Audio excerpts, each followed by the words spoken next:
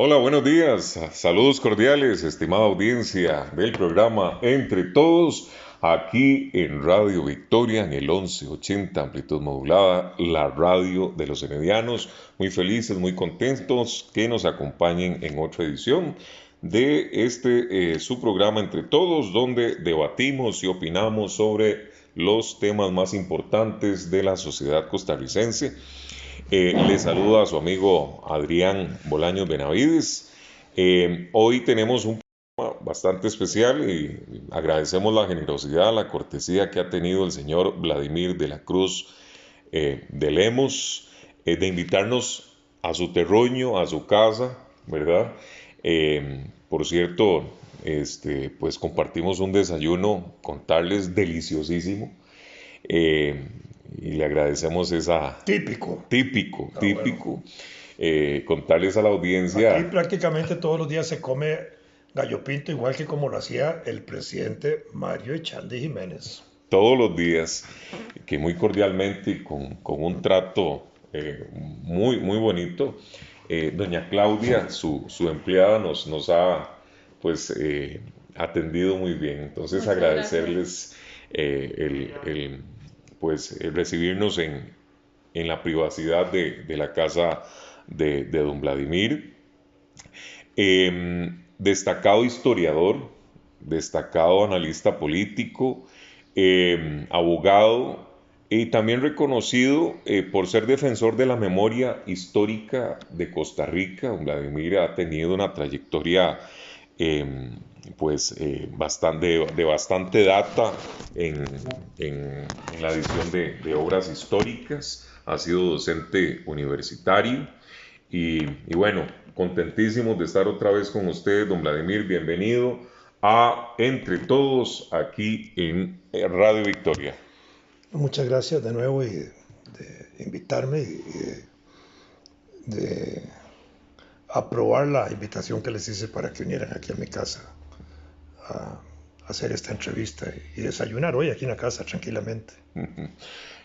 Para empezar, y como es propio y sello del programa Entre Todos, vamos a compartir con ustedes un versículo bíblico y lo vamos a encontrar en el libro de Juan 8:32. Y dice, conoceréis la verdad y la verdad os hará libres.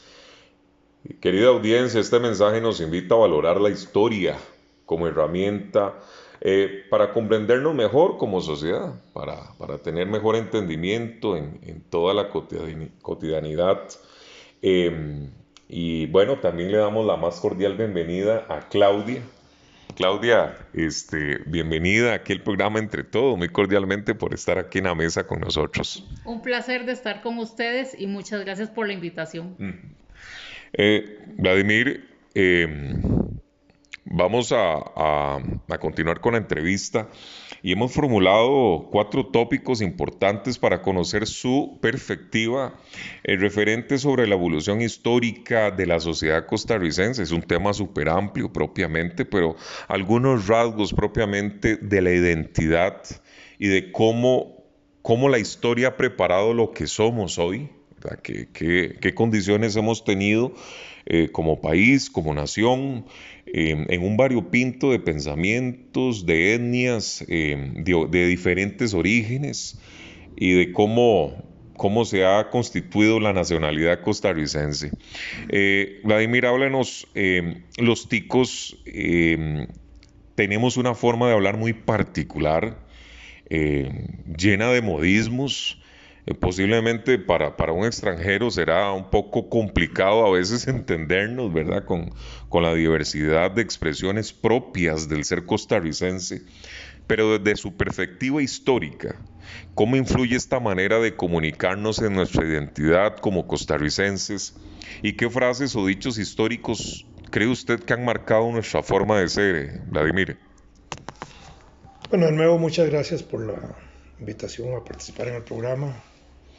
Es una pregunta interesante y curiosa también, pero y cuesta mucho, digamos, ver en el habla costarricense, como se diría, lo que es la historia del habla, que evolucionamos en el lenguaje. El lenguaje de hace 500 años era ligeramente diferente al de hoy. y se pueden leer los textos de hace 500 años, pero hay modismos, hay formas de expresión y hay formas gramaticales también de expresión y hasta de las palabras. Pero el español o el castellano que tenemos hoy es el nuestro actual.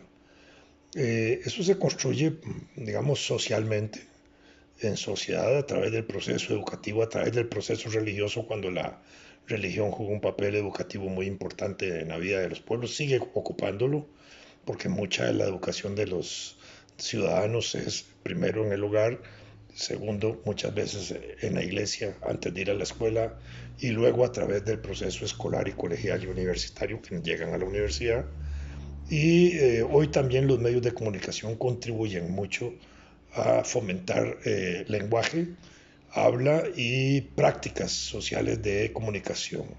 Incluso las nuevas técnicas asociadas a los teléfonos y ese tipo de cosas han reducido, digamos, el lenguaje porque hace que las personas mutilen las palabras con signos y entonces terminan hablando. Hay un lenguaje casi esotérico de grupos selectos de la gente que solo entiende un signo y otro por ahí en el teléfono, ¿verdad? Y uno ya empieza a verlo en los nietos y en los carajillos de unos cercanos, ¿verdad? Y son lenguajes en que también pierden la lengua y pierden la capacidad de pensar, porque si hay algo importante es que la educación debe contribuir no solo a elaborar un buen lenguaje, sino a tener un buen pensamiento.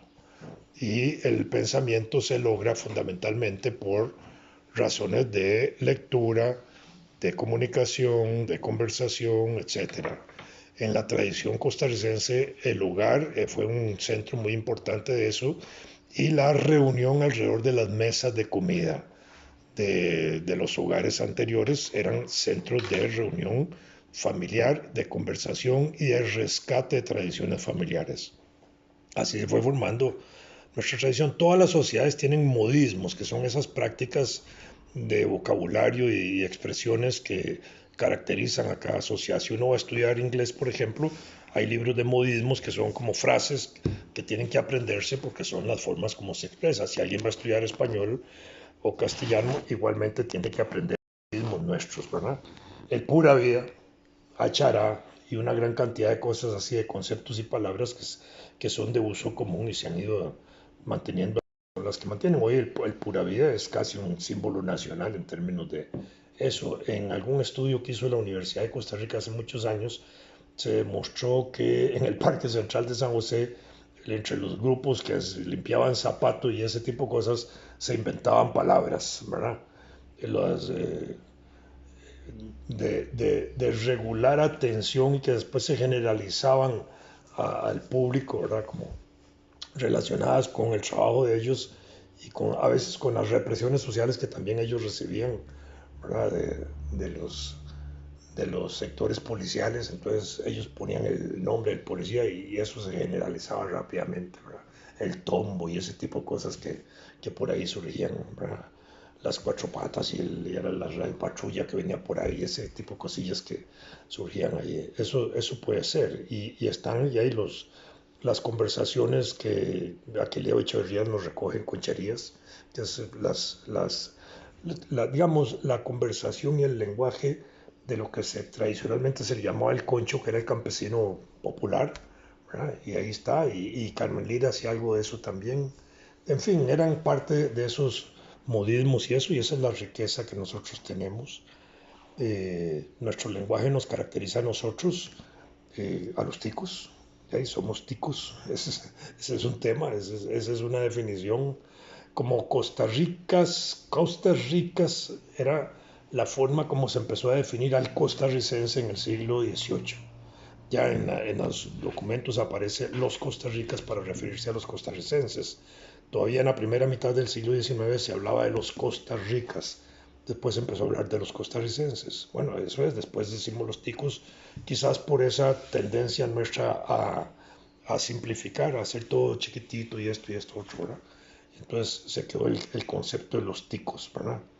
Como existe el de guanacos y el de otras cosas que existe ahí para los salvadoreños y los hondureños y los chapines de Guatemala, ¿verdad? Entonces hay elementos propios de cada cultura que son los que se van desarrollando de esa forma. De la particularidad nuestra es la riqueza con que nos comunicamos y la riqueza con la cual nos entendemos también, porque es importante que en el lenguaje popular nos entendamos, aunque sea las formas, entre comillas, pachucas del lenguaje, ¿verdad? Pero se generalizan y se entienden, hasta en los saludos. Vladimir, hay un asunto generacional que está ahí. Vamos a ver percepciones, formas de ver el mundo. Las nuevas generaciones, pues con todo lo que viven, lo que están inmersos, pues tienen de pronto perspectivas muy diferentes, ¿verdad? A gente de mayor edad, por ejemplo. Muchos costarricenses sienten nostalgia por los buenos tiempos, ¿verdad? De antes. Manifiestan de que la vida de antes era mejor, ¿verdad? Y que ha venido en detrimento, obviamente, pues el ser costarricense. Pero queremos saber desde su perspectiva y su visión como historiador, que hemos idealizado el pasado como una mejor vida o hay lecciones valiosas que debemos rescatar. Cuéntenos un poquito acerca de esa situación generacional que vuelve dual propiamente las visiones de las la personas. sociedad costarricense es el resultado de una evolución, de un progreso y de un progreso social avanzado. Cada vez avanzamos mejor para estar mejor. Si nosotros desde el punto de vista de la población, en 1800 teníamos 30.000 habitantes, en 1820, para los días de la independencia andábamos en los 50.000, en el 1856 andábamos en los 100.000, en 1890 andábamos en los 240.000, a principios del siglo XX estábamos llegando al medio millón, en 1956 llegamos al millón, y después del 56 para acá tenemos 4 millones más, y todo eso modifica y cambia y hace crecer la población. Y eso es resultado de un progreso social, en primer lugar, material, económico, político, institucional, que va desarrollando la sociedad y que va permitiendo que podamos crecer como población y que podamos crecer como una población bastante educada, en general bastante bien comida, con expectativas de vida muy amplias, 82 años las mujeres, 78 los hombres, etcétera, que todos los niños del país prácticamente nacen hoy en hospitales y en clínicas, con lo cual se garantiza casi un 100% de calidad de vida al nacimiento, etcétera, ¿verdad? No estamos en el mundo primitivo de hace 100.000 años, donde la mujer tenía que parir en la montaña sola, sin asistencia médica, sin una maquinita de rayos X que le decía que el niño venía bien o venía mal, que si venía mal se podía morir la mujer y el carajillo de un solo tiro. Aquí no, aquí está la cesárea, está la epidural, están un montón de cosas al servicio del parto y de que el niño salga bien, etcétera, ¿verdad? Entonces todo eso funciona y hace que nuestra sociedad sea mejor. De manera que todo tiempo pasado es mejor es una frase expresiva que recuerda, digamos, situaciones de vida, de seguridad de la gente que así lo manifiesta, ¿verdad? Si yo le digo que todo tiempo pasado fue mejor hace 50 años en materia de andar en la calle, yo le digo que sí. Yo andaba a los 16, 17 años en la calle a la 1, 2, 3, 4 de la mañana con absoluta seguridad de que nadie me iba a asaltar, robar, ni violar, ni secuestrar. Hoy eso no se puede hacer. Pues esa situación de hace 50 años era mejor que ahora, por supuesto, pero materialmente en condiciones de educación, de ciencia, tecnología a mi servicio, a nuestro servicio social, de la comunidad nacional, etcétera, estamos mejor hoy que antes. Y eso mismo nos contribuye a ser mejores hoy que antes, y cada vez somos mejores que antes. Es como cuando un papá le dice al chiquito que él no puede ser superior al tata. No, no, todos los carajillos son superiores al tata. Ninguno es menor. Es decir, viene genéticamente mejor estructurado, viene genéticamente con más educación comprimida en su cabeza. Es decir, un chiquito que nace hoy trae todo el conocimiento de hace 500.000 años en su cabeza. Lo que hay que hacer es potenciarlo y desarrollarlo y darle cuerda. ¿Me explico? ¿Por qué? Porque estamos así hoy genéticamente, todo eso lo comunicamos. Entonces, depende cómo queramos ver ese pasado mejor. pasado mejor en educación. Y podemos tener críticas a la práctica educativa, eso sí, que ha caído la educación pública, sí, pero son prácticas que se pueden corregir, no porque el proceso educativo sea peor que el del pasado, puede ser peor en algunas cosas, en la capacidad, en la enseñanza, en los métodos, etcétera, pero tenemos siempre los contrastes de mejorar ese proceso educativo, de manera que esa frase es una frase que idealiza las sociedades en aquellos aspectos que en cada momento histórico se dan, porque la sociedad es cambiante, la sociedad evoluciona, los hombres cambian y evolucionan.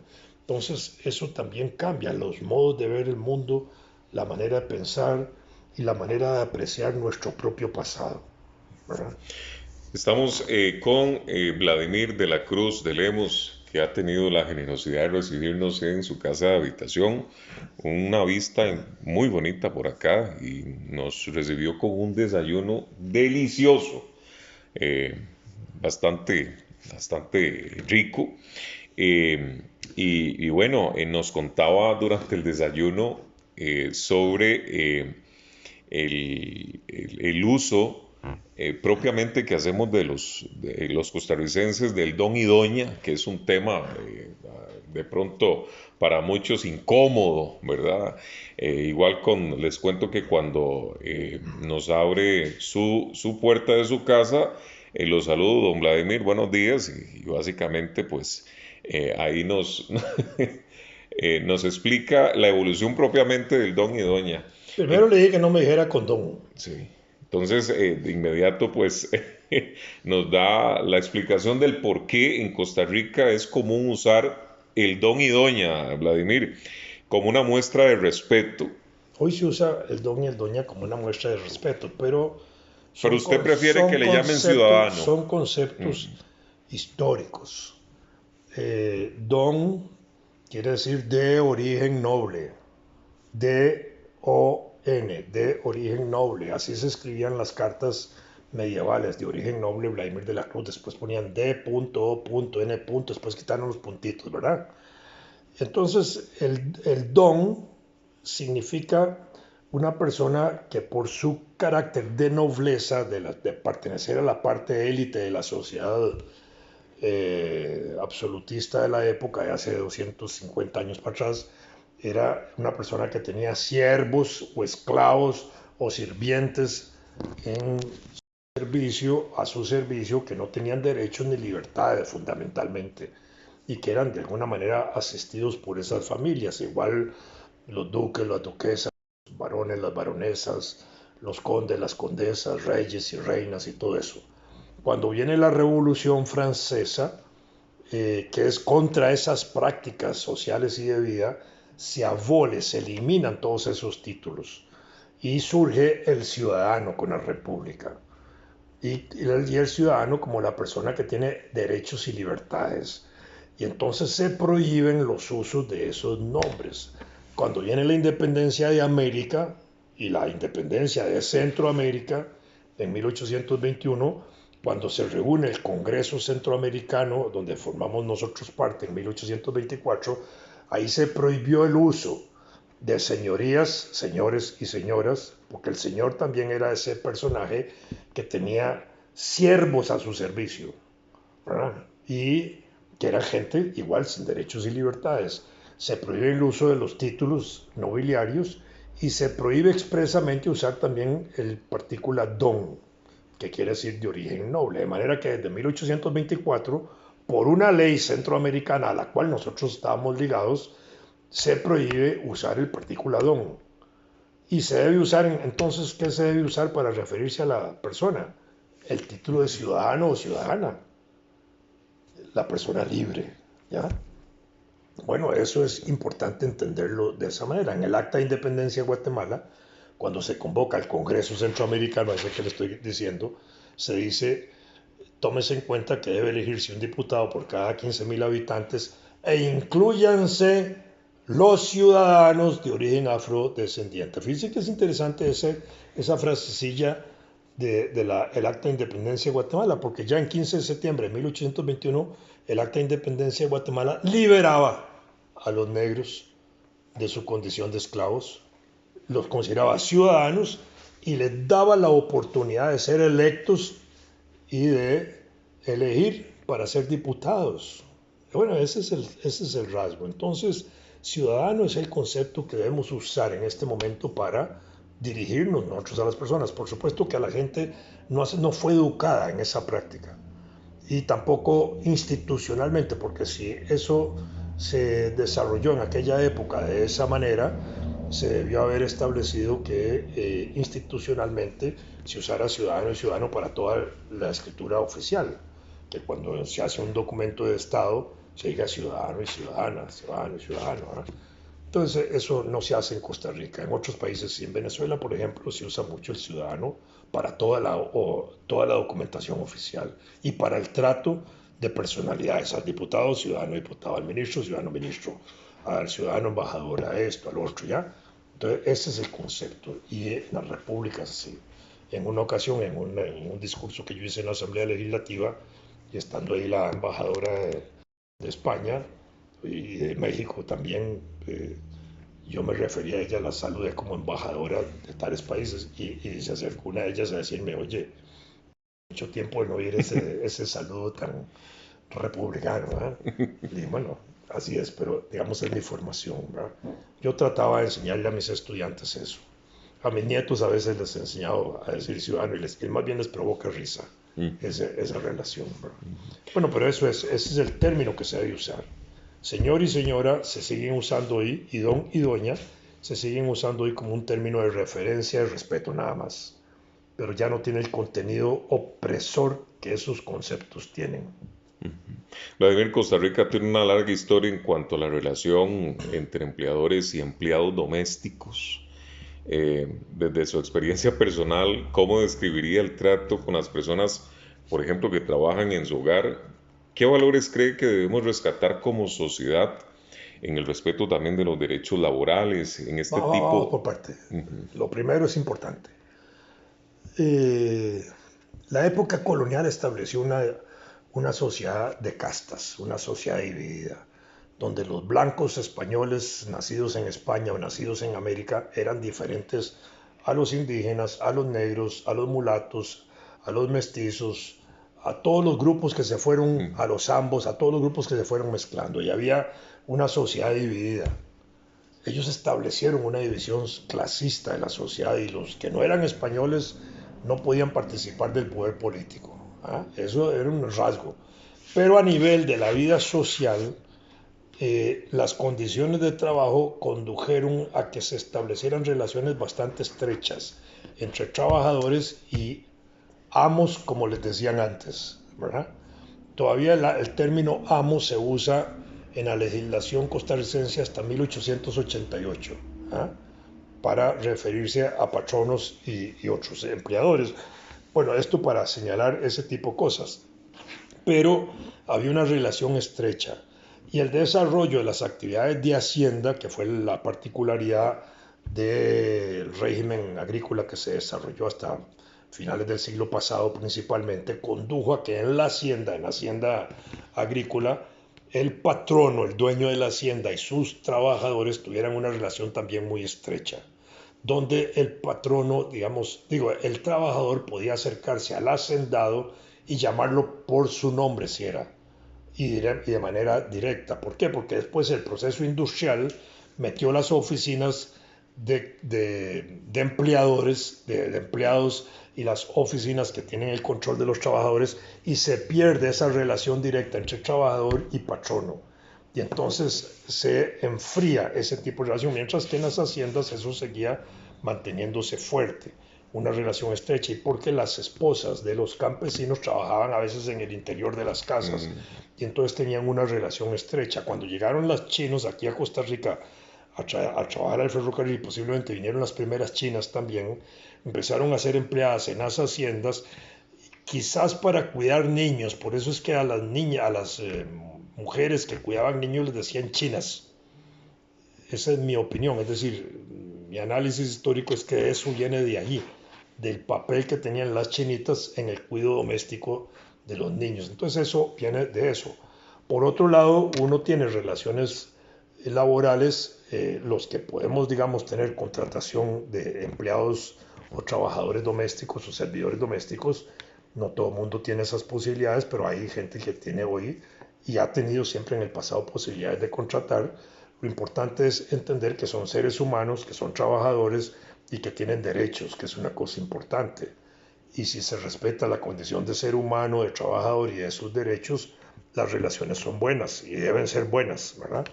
Puede haber distancias, ¿verdad? En que, digamos, en que un trabajador no se siente en la mesa con el patrono. Eso se puede establecer porque son prácticas sociales que se establecen en las casas.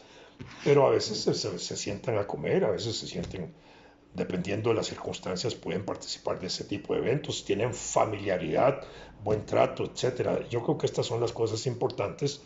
La legislación laboral de Costa Rica ha conducido también a establecer un reconocimiento del trabajo doméstico como un trabajo muy importante y como un trabajo en que a la doméstica o al doméstico, hay hombres, se les debe valorar en esas condiciones y se les han creado hasta jornadas de 8 horas de trabajo, que es una cosa importante, ¿verdad? Y tienen de todos los derechos. Entonces yo creo que eso es lo importante. Usted tiene aquí a la trabajadora nuestra, Claudia. Les comentábamos al inicio si usted quiere, que tenemos aquí a Claudia. Claudia nos recibió el día de hoy con un buen desayuno, delicioso, y queremos agradecerle esa atención, Claudia. Bienvenida aquí entre todos. Hola, un gusto saludarles a todos. Ajá. ¿Cuántos años aquí con don Vladimir? Prácticamente que 11 años. 11 años. ¿Cuál ha sido su experiencia? ¿Cómo se ha sentido por acá? Aquí ha sido el trato excelente, muy bueno. La relación entre patrono-empleado prácticamente que no existe. Yo soy, digámoslo así, una más de la casa, una más de la familia. Así me considero. Hasta las agendas, control médico, todo. Así me considero, sí, porque aquí hay el manejo de medicación, el manejo de citas, la agenda de Don Vladi, todo se maneja acá. Entonces, digamos que yo soy aquí no indispensable, pero sí a veces necesaria, porque en esta vida nadie es indispensable. ¿Cómo la tratan los chiquitos que vienen a esta casa, los nietos? Los hijos y vea, nietos. Los hijos, indispensable, indiscutiblemente, todos tienen un aporte familiar. Hola, Claudia, o sobre todo los chicos me dieron un apodo muy característico. Aquí nadie me dice Claudia, aquí todo el mundo me conoce como Cla. Los nietos. Los nietos de Don Vladi, todos me conocen como Cla y las nueras también. Entonces, cada vez que vienen ellos a una reunión familiar, siempre no es el hola, ¿cómo está? Sino que es hola, Cla, ¿cómo está? Y todos es de abrazo, beso. Entonces ya uno se considera parte de la familia, porque ya uno los conoce, ya uno sabe qué come, qué les gusta, qué no, cómo es el trato. Y siempre es el trato con respeto para absolutamente todos, porque no todos tienen la familiaridad de saludarse así. Muchas gracias, Claudia. Con mucho gusto. Estamos muy contentos de conocerle. Don Vladimir, muchas gracias por esa confianza de recibirnos en su casa de habitación. Esperemos volverlo a ver pronto aquí en Entre Todos en Radio Victoria. Y gracias por su tiempo, Vladimir. No, con mucho gusto y muchas gracias y muy complacido de haberlos recibido en mi casa y haber compartido con todos sus queridos radioyentes. Agradecemos, querida audiencia del programa Entre Todos, aquí en el 1180 amplitud modulada de Radio Victoria. Les acompañó su amigo y sincero servidor Adrián Bolaños Benavides. Se los dejamos con la programación característica de Radio Victoria, la radio de los heredianos, con don Nelson Campos en los controles. Que Dios bendiga a Costa Rica.